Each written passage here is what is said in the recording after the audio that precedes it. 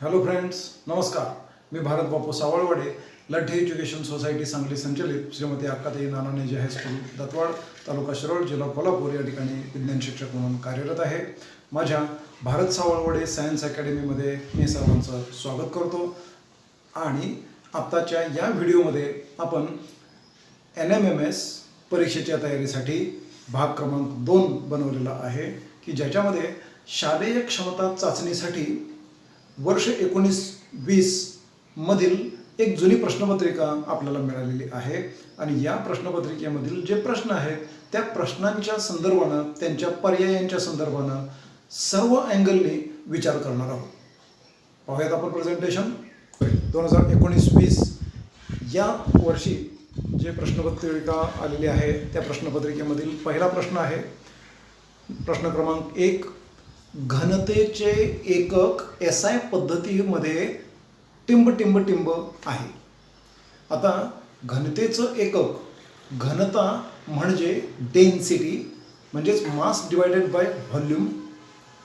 मासचं एकक किलोग्रॅम, व्हॉल्यूमचं एकक metre cube. यांचा अंशने छेद या स्वरूपामध्ये मांडणी जर केली तर पहिला पर्याय म्हणजे किलोग्रॅम पर मीटर क्यूब हे उत्तर बरोबर आहे. बाकी सर्व उत्तरं चुकलेली आहेत. ठीक आहे, आपण त्या ठिकाणची जी त्याची मांडणी आहे ती मांडणीसुद्धा पाहू शकता. दुसरा प्रश्न आहे, टेबलावर ठेवलेल्या पुस्तकाच्या तळाचं क्षेत्रफळ 0.50 मीटर वर्ग असून त्याचं वजन 25 न्यूटन आहे. तर त्या पुस्तकानं टेबलावर प्रयुक्त केलेला दाब किती असेल? मित्रांनो, या ठिकाणी दाब बरोबर लंबरूप बल भागिले क्षेत्रफळ.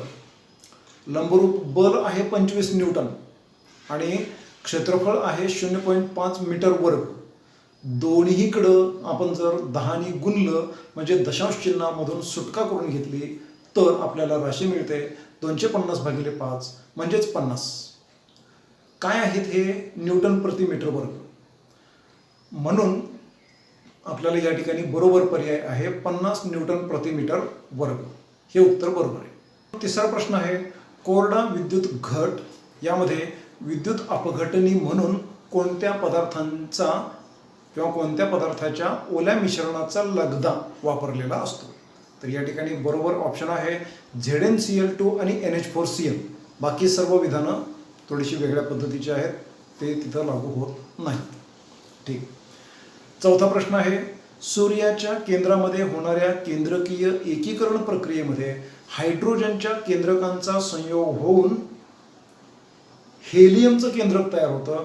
इतर सर्व ही हेवी इलेमेंट्स आहेत, त्यांची न्यूक्लियस तेव्हा त्यांची केंद्र तयार होत नाही. ठीक. त्यानंतर पुढील 5वा प्रश्न आहे, पुढीलपैकी अचूक जोडी ओळखा. तर यासाठी आपल्याला वेगवेगळ्या प्रकारचे स्वर आणि त्यांच्या फ्रिक्वेन्सीज म्हणजे त्यांची वारंवारता आपल्याला माहिती असणं आवश्यक आहे. तो चार्ट आपण बारकाईनं नजरेखालून घालायचा. त्याच वेळेला आपल्याला याचं उत्तर देता येईल. इथं उत्तर आहे पहिलं, नी ची फ्रिक्वेन्सी 480 हर्ट्स. हे उत्तर अगदी बरोबर आहे. Question number 1, the unit of density in SI system is kilogram per metre cube. Mass divided by volume आणि त्यांची एकक त्या ठिकाणी घालून आपल्याला किलोग्रॅम पर मीटर क्यूब हे उत्तर बरोबर आहे.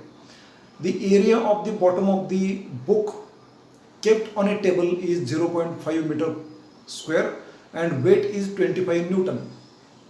If we divide this 25 newton by 0.5 metre square then the answer will be 50 Newton per meter square, that is 50 Pascal.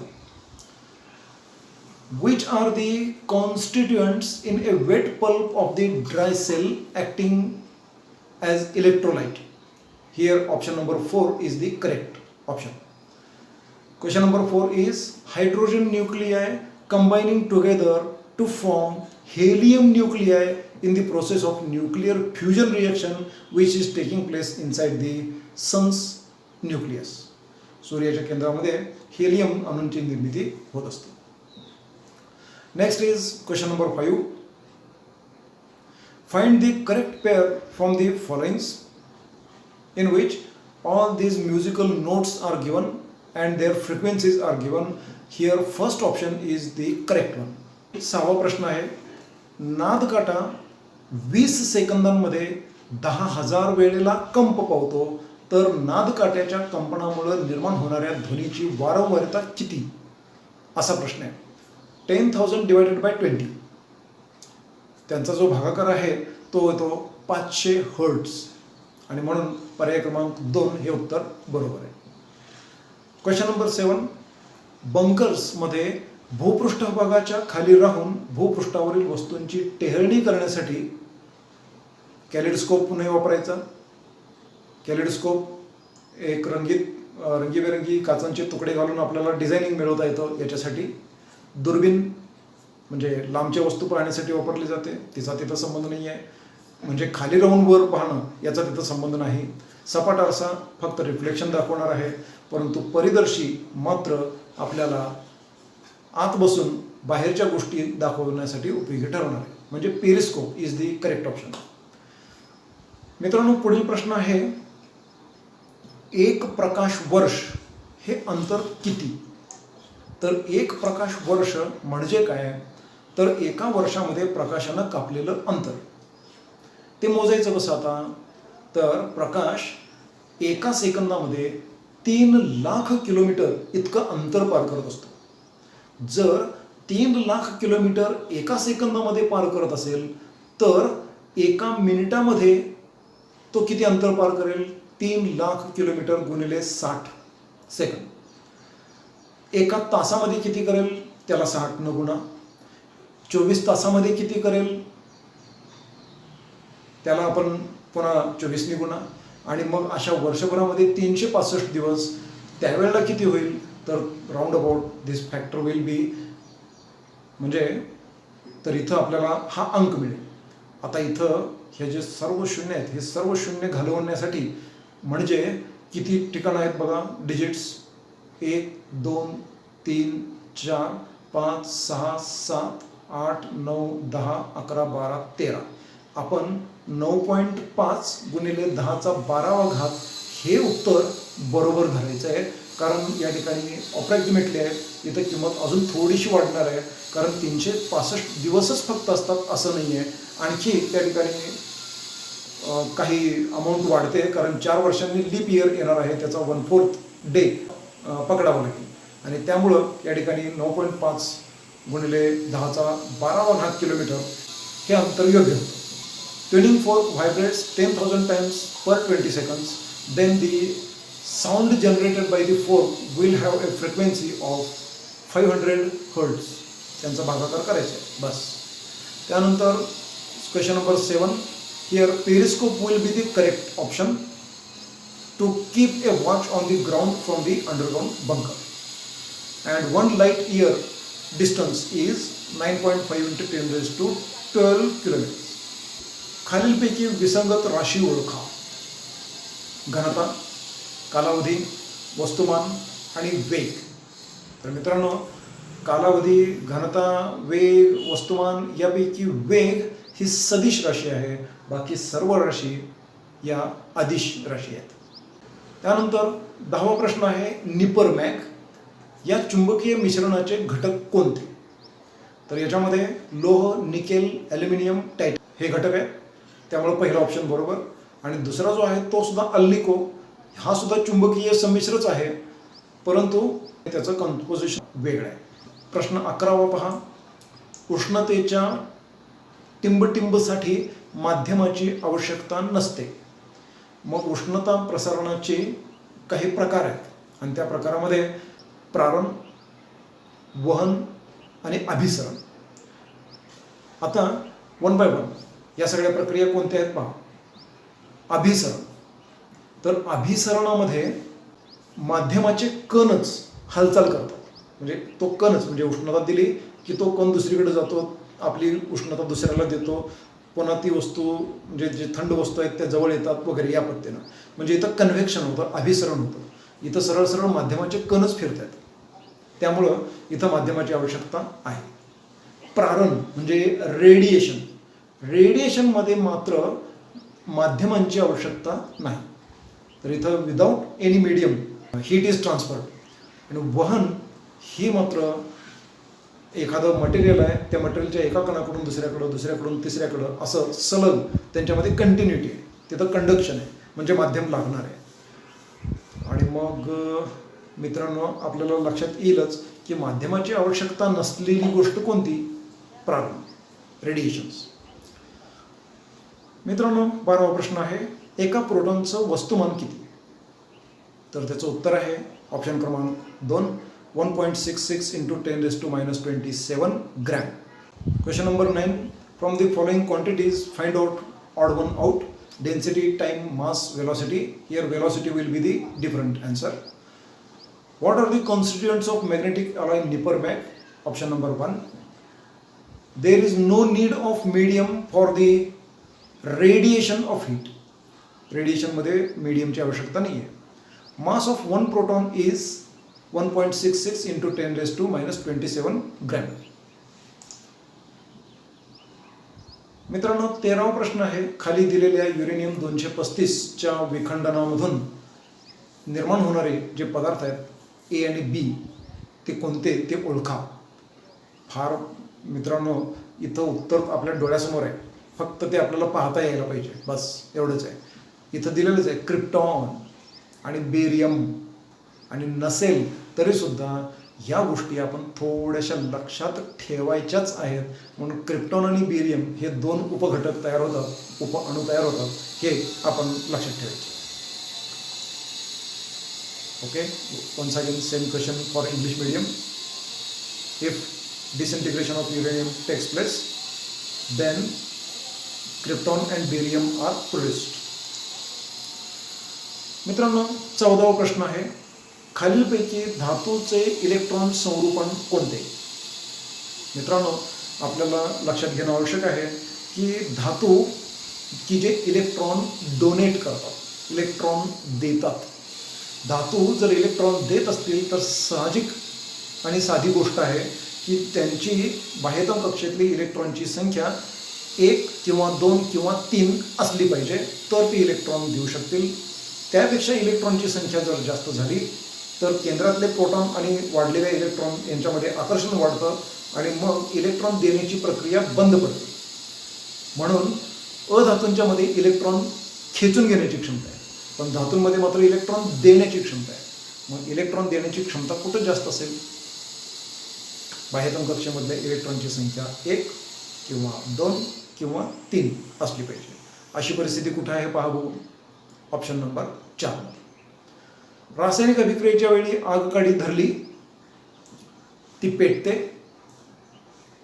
आणि तिथं फट असा आवाज येतो, तर त्या रासायनिक अभिक्रियेचं समीकरण कोणतं ते ओळखा.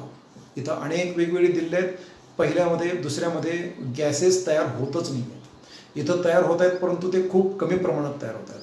त्यामुळं तिसऱ्या ऑप्शनमध्ये इथं तयार होणारा हायड्रोजन वायू खूप मोठ्या प्रमाणावर तयार होतो आणि त्या टेस्ट ट्यूबच्या तोंडाशी जर आपण जळती काडी धरली तर तिथं फटकन आवाज होतो, हायड्रोजन वायू मोठ्या प्रमाणामध्ये जळायला लागतो.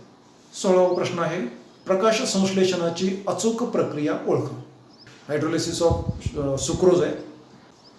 दुसरं जे आहे हे प्रकाश संश्लेषणाचं उदाहरण आहे. तिसरं प्रकाश विघटन घडलेलं आहे सिल्वर क्लोराईडचं आणि या ठिकाणी कॅल्शियम ऑक्साईड म्हणजे चुनकळी पाण्यात विरघळलेली आहे आणि त्याच्यापासून कॅल्शियम हायड्रॉक्साईड आणि उष्णता निर्माण होते. त्यामुळे या ठिकाणी दुसरा पर्याय बरोबर.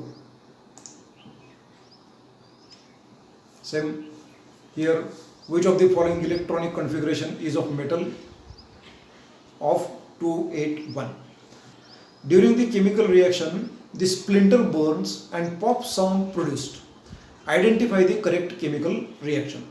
मित्रांनो जळती काडी स्फोटक जर एखाद्या रासायनिक अभिक्रियेच्या ठिकाणी जर धरली, पॉप आवाज झाला, तर अशा अभिक्रिया फक्त या zinc reacts with hydrochloric acid to form ZnCl2 and H2 इथं घडते. Identify the correct process of photosynthesis. Here option number 2 is with the correct answer. दिलेली आकृती ही रासायनिक बंध निर्मिती प्रक्रिया दाखवत आहे, तर या ठिकाणी आयनिक संयुग कोणतं तयार होणार आहे ते ओळखायचं आहे. पहिलं जो अणू दाखवलेला आहे या अणूमध्ये इलेक्ट्रॉन संरूपण आहे पहिल्या कक्षेमध्ये 2, दुसऱ्या कक्षेमध्ये 8 इलेक्ट्रॉन आणि तिसऱ्या कक्षेमध्ये 7 इलेक्ट्रॉन, म्हणजे 2, 8, 7. 2, 8, 7 हे इलेक्ट्रॉनिक संरोपण हे क्लोरीनचं आहे. त्यानंतर पहिल्या कक्षेमध्ये 2, दुसऱ्यामध्ये 8 आणि तिसऱ्यामध्ये 2, म्हणजे 2, 8, 2 हे इलेक्ट्रॉनिक संरोपण मॅग्नेशियमचं आहे. आणि इथं हा परत क्लोरीनच आलेला आहे. आणि त्यामुळं इथं यांच्यापासून यांनी दिलेले 2 इलेक्ट्रॉन प्रत्येकी एक एक घेतल्यामुळं या ठिकाणी MgCl2 हे संयुग तयार होतं. म्हणजे option number 4 is the correct answer. मित्रांनो, आता पुढं 18वा प्रश्न दिलेला आहे आणि त्यामध्ये प्रश्न असा विचारलेला आहे, ढोकळा मऊ, हलका आणि सच्छिद्र बनवण्यासाठी अचूक पर्याय कोणता, तो निवडा. तर यासाठी तुम्हाला सोडियम बायकार्बोनेट, सोडियम कार्बोनेट वगैरे यांची माहिती असणं अत्यंत आवश्यक आहे. तर या ठिकाणी सोडियम बायकार्बोनेट म्हणजे बेकिंग सोडा हे उत्तर बरोबर आहे. आता या संदर्भानं आणखी थोडासा इतर अनेक रासायनिक पदार्थांच्यामध्ये जो गोंधळ असतो, रेणुसूत्रांच्यामध्ये आपला थोडासा जो गोंधळ असतो, तो गोंधळ टाळावा यासाठी मी या ठिकाणी काही एक चार्ट मांडलेला आहे. केमिकल फॉर्म्युले सगळे इथे लिहिलेले आहेत, त्यांचे सायंटिफिक नेम लिहिलेले आहेत, इकडं कॉमन नेम्स लिहिलेले आहेत आणि मराठीमध्ये त्यांना काय म्हणतात हे सुद्धा लिहिलेले आहे. याच्याकडे आपण थोडंसं नजर फिरवायची. CaO म्हणजे कॅल्शियम ऑक्साईड, त्यानंतर CaOH म्हणजे कॅल्शियम हायड्रॉक्साईड, याला स्लेक्ड लाईम किंवा लाईम वॉटर असं म्हणतात. खाण्याचा चुना म्हणजे सुद्धा हाच बरं का. ओके. त्यानंतर ज्याला मराठीमध्ये विळी गेलेला चुना किंवा खायचा चुना किंवा चुन्याची निवळी असं सुद्धा म्हणतात. ओके. त्यानंतर CaCO3 म्हणजे कॅल्शियम कार्बोनेट, याला मराठीमध्ये कॉमन नेम आहे लाईमस्टोन आणि मराठीमध्ये याला चुनखडी असं म्हणतात. त्यानंतर Na2CO3 म्हणजे सोडियम कार्बोनेट, ज्याला वॉशिंग सोडा म्हणजेच धुण्याचा सोडा, ज्याला मी गमतीनं धुसो असं म्हणतो. NaHCO3 म्हणजे सोडियम बायकार्बोनेट म्हणजेच बेकिंग सोडा, ज्याला खाण्याचा सोडा, थोडक्यात खासो असं त्याला आपण म्हणूया.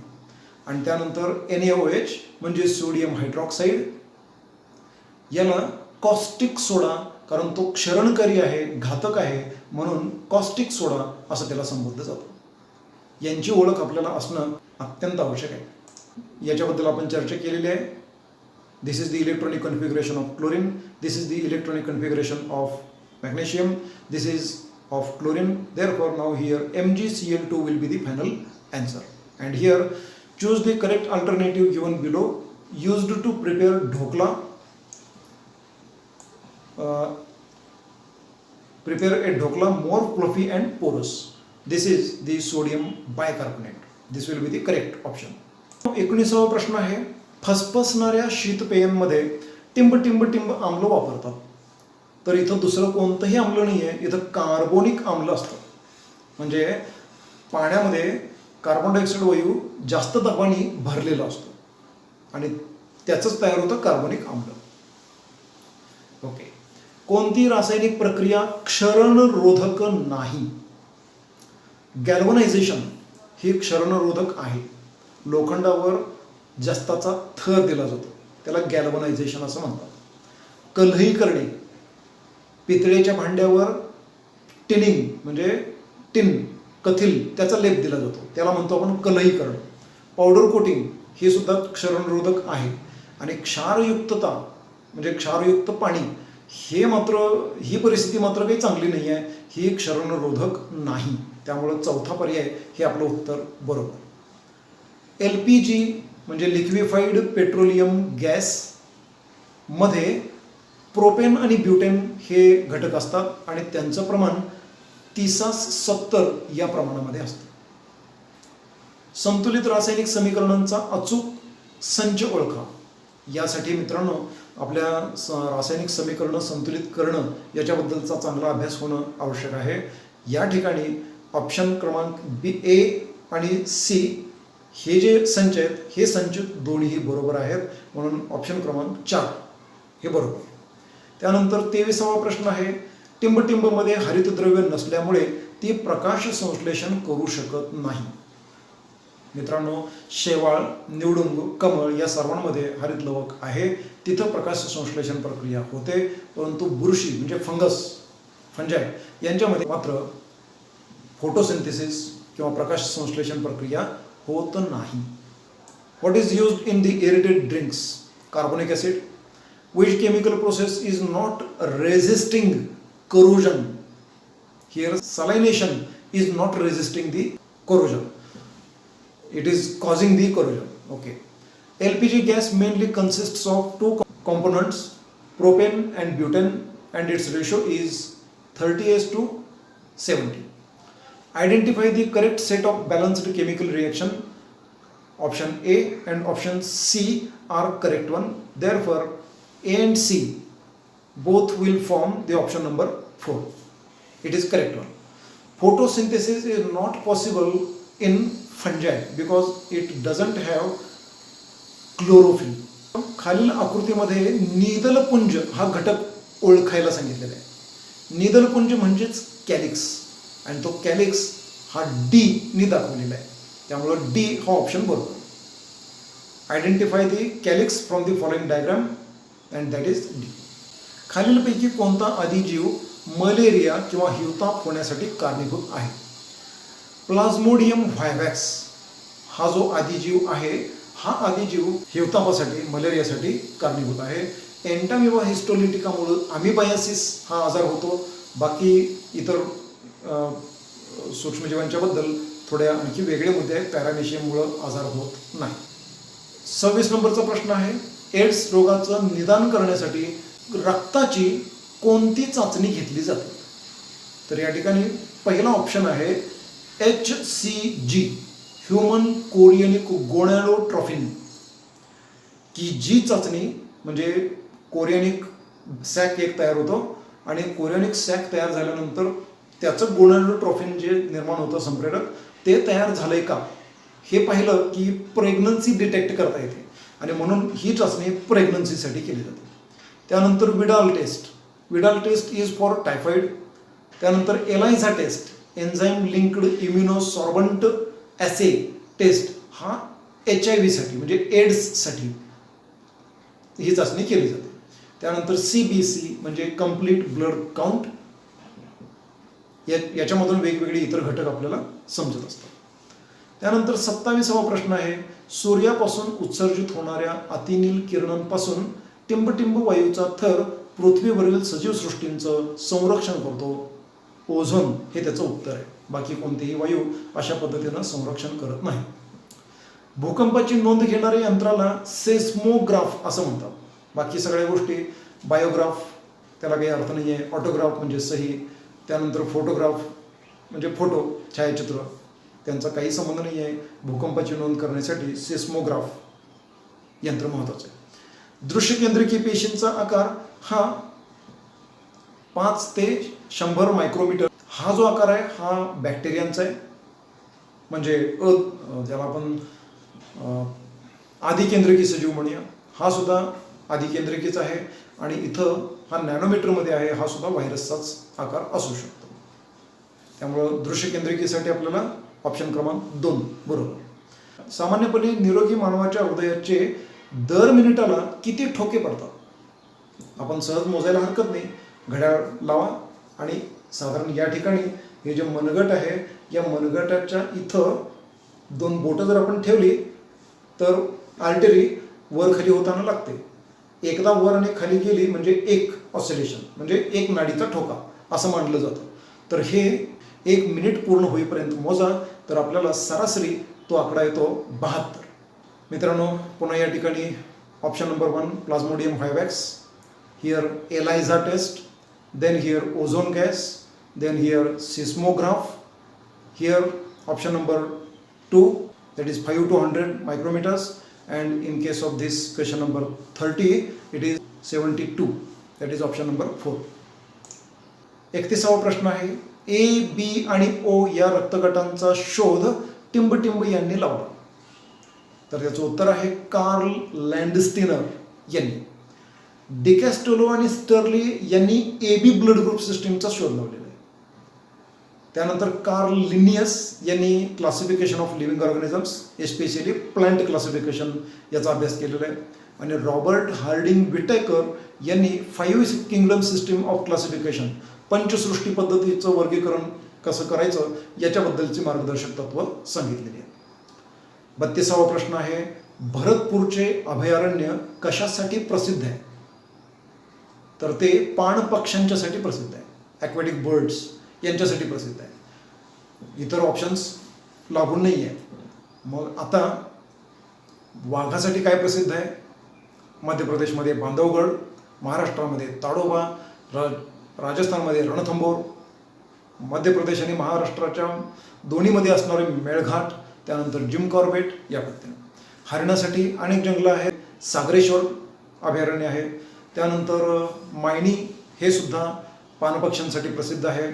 आणि सिंहासाठी प्रसिद्ध आहे ते गुजरातमधील गीरचं जंगल. त्यानंतर जगातील सर्वाधिक मधुमेहाचे रुग्ण असणारा देश, याच्याबद्दल आपल्याला आनंद वाटण्याची आवश्यकता नाही, पण इथं भारत 1 नंबरला आहे. ही वाईट गोष्ट आहे. Question number 31. Here ABO blood groups were discovered by Carl Landsteiner. Here Bharatpur is famous for aquatic birds and India is having the largest number of diabetic patients. 34वा प्रश्न आहे मित्रांनो, राष्ट्रीय पेशी विज्ञान केंद्र या संस्थेचं कार्यालय कुठे आहे? तर ते पुण्यामध्ये. प्रौढ आणि निरोगी व्यक्तीच्या शरीराचं सुमारे 40% वजन स्नायूंचं बनलेलं आहे. इतर वजन हे हाडं, आणखी इतर रक्त वगैरे या सगळ्या गोष्टींनी भरलेलं असतं. ओके मित्रांनो, माझं हे मार्गदर्शन जर आपल्याला आवडलं असेल तर जरूर लाईक करा. उपयुक्त वाटलं असेल तर इतरांच्यासाठी सुद्धा जरूर शेअर करा आणि माझं चॅनल जरूर सबस्क्राईब करा. Stay connected. धन्यवाद.